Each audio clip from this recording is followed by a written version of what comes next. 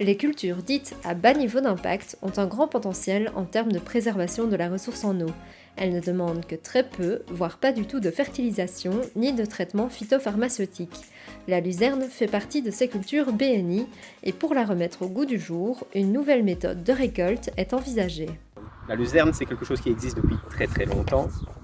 Et on voulait la rendre un peu plus sexy, lui redonner une autre valorisation. Et donc on a proposé de faire de la récolte fractionnée, comme vous voyez quelques exemples ici derrière.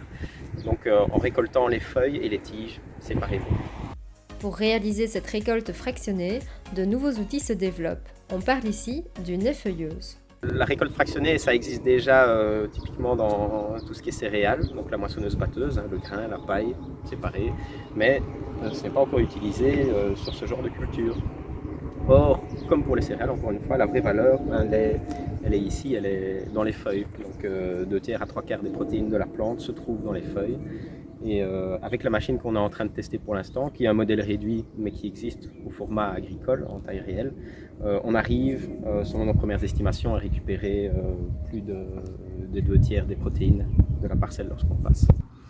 Les feuilleuses en question, en fait, c'est un rotor avec des dents qui va tourner à une certaine vitesse. On va le faire rentrer, comme ici les bandes derrière moi, on va le faire rentrer directement dans la luzerne. Et si on a le bon réglage, on va réussir à arracher les feuilles au fur et à mesure le long de la tige, en laissant la tige sur place, sur pied, toujours vivante dans la parcelle. Les feuilles sont emmenées par les dents dans le rotor et arrivent derrière dans un sac ou dans un bac, sont récoltées et traitées en fonction de l'objectif recherché par l'agriculteur.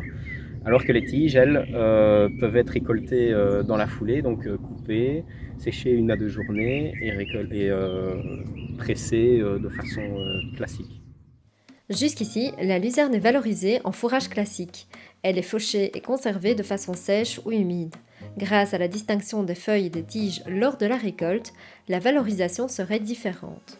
Ici, ce qu'on essaie de faire justement, c'est en retirer un aliment très spécifique qui pourrait être utilisé comme concentré, au même titre que le soja.